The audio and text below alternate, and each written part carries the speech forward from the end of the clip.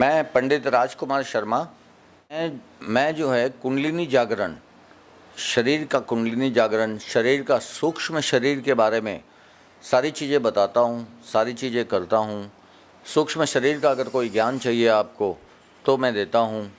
बाकी आपकी कुंडलिनी कैसे जागृत होगी, किस तरीके से जागृत करना है इसको, किस किस तरह के योग संकलित होते हैं कुंडलिनी जागरण में, और कैसे जागृत होती है, और जागृत होने के बाद हमें महसूस क्या होता है, हमें मिलता क्या है, इन्हीं सब बातों के बारे में मैं जानकारी रखता हूँ पूरी।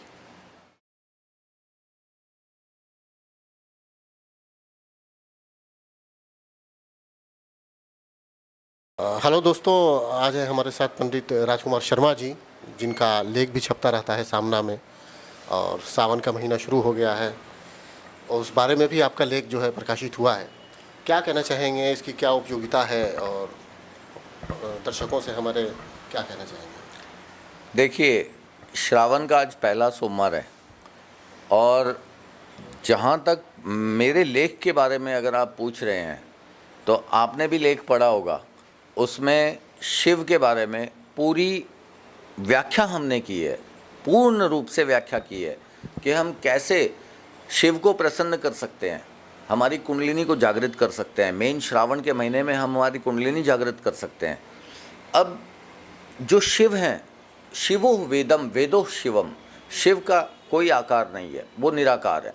वो हर एक चीज़ के सागर हैं, करुणा के सागर हैं, ज्ञान के सागर हैं, वो हर एक चीज़ के सागर हैं, दया के सागर हैं। तो अब शिव को प्रसन्न करने के लिए हमें अपनी कुंडलिनी को कैसे जागृत करना और शिव को कैसे प्रसन्न करना। देखिए, 5 क्रियाएं होती हैं: आराधना, साधना, पूजा, यज्ञ और तपस्या। अब ये 5 क्रियाएं आपको करनी है शिव को प्रसन्न करने के लिए। आराधना, आप आराधना किसी भी स्तुति और स्तोत्र से, शिव के स्तुति और स्तोत्र से आराधना कर सकते हैं। वैसे शिव को रुद्राष्टकम और तांडव स्तोत्र पसंद हैं। आराधना, फिर साधना, साधना से सिद्धि की प्राप्ति होगी। आप कुंडलिनी मंत्र से अपनी साधना कीजिए। जत प्रज्ञानमुत चेतो धृतिश्च जजियो तीरंतर मृत्यं प्रजासु जसमानरीते किंचन कर्मक्रियते तन्मे मनः शिव संकल्पमस्तु। इस मंत्र का अध्ययन करके, मंथन करके, चिंतन कीजिए। कुंडलिनी जागृत होगी, आपको आपके संकल्प का ज्ञान प्राप्त होगा, आपको सिद्धि प्राप्त होगी, शिव की सिद्धि प्राप्त होगी। सिद्धि, आराधना, साधना, साधना से सिद्धि की प्राप्ति होगी। तो साधना आप कीजिए इस मंत्र से। पूजा के बारे में आप जानते ही हैं, आपकी मनोकामना पूर्ति होगी, मनोकामना की पूर्ति होगी। आराधना से शिव के गुणों का अवतरण होगा, साधना से सिद्धि मिलेगी, आपको ज्ञान मिलेगा, संकल्प का ज्ञान मिलेगा। पूजा से मनोकामना की पूर्ति होगी। यज्ञ, ओम नमः शिवाय स्वाहा, यज्ञ कीजिए आप, यज्ञ से आपको ज्ञान की प्राप्ति होगी। और तपस्या, हठ योग से तपस्या कीजिए श्रावण में। शिव प्रसन्न होते हैं, हठ योगी से बहुत ज़्यादा प्रसन्न होते हैं। तांडव स्तोत्र से आप हठ योग कीजिए। जटाटवी गलज्ज्वल प्रवाह पावितस्थले गलेल वलंब लंबितांग भुजंग त्वंग मालिकाम डम डमड डमड डमड निनाद वड्डमर वयम चकार चंड तांडवम तनोतु न शिव शिवम जटाकट समभ्रमं भ्रमं निलिम्पनिर्जरी विलोल विच वल्लरी विराजमान मूर्धनि।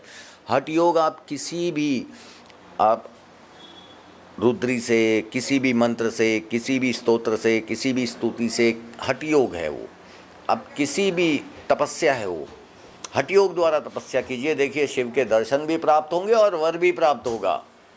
तो शिव केवल, हम आज तक मैंने कलयुग में देखा कि ब्राह्मण वर्ग भी, कर्मकांडी ब्राह्मण भी केवल अध्ययन तक हैं, मंत्रों का मंथन और चिंतन नहीं कर पाते। तो मंथन और चिंतन करेंगे तो फल की प्राप्ति होगी। तो हमने लेख इसीलिए दिया है कि लोग जागृत हों, शिव के नज़दीक पहुँचें, शिव से संपर्क करें।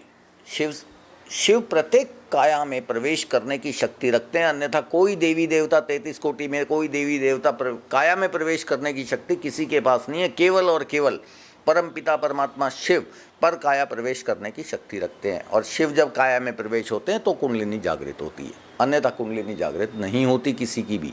सतयुग में हम 12 वर्ष की आयु से पहले हमारी कुंडलिनियाँ जागृत कर लिया करते थे, लेकिन आज घोर कलयुग है, आज हमारी सबकी कुंडलिनियाँ सोई हुई है, किसी की भी जागृत नहीं है। तो इसीलिए इस लेख का ये माध्यम था कि लोग अपनी कुंडलिनी जागृत करें, शिव आराधना करें, शिव के नज़दीक पहुँचे, शिव से संपर्क करें, शिव से संगम होता है, सीधा संगम करें शिव से।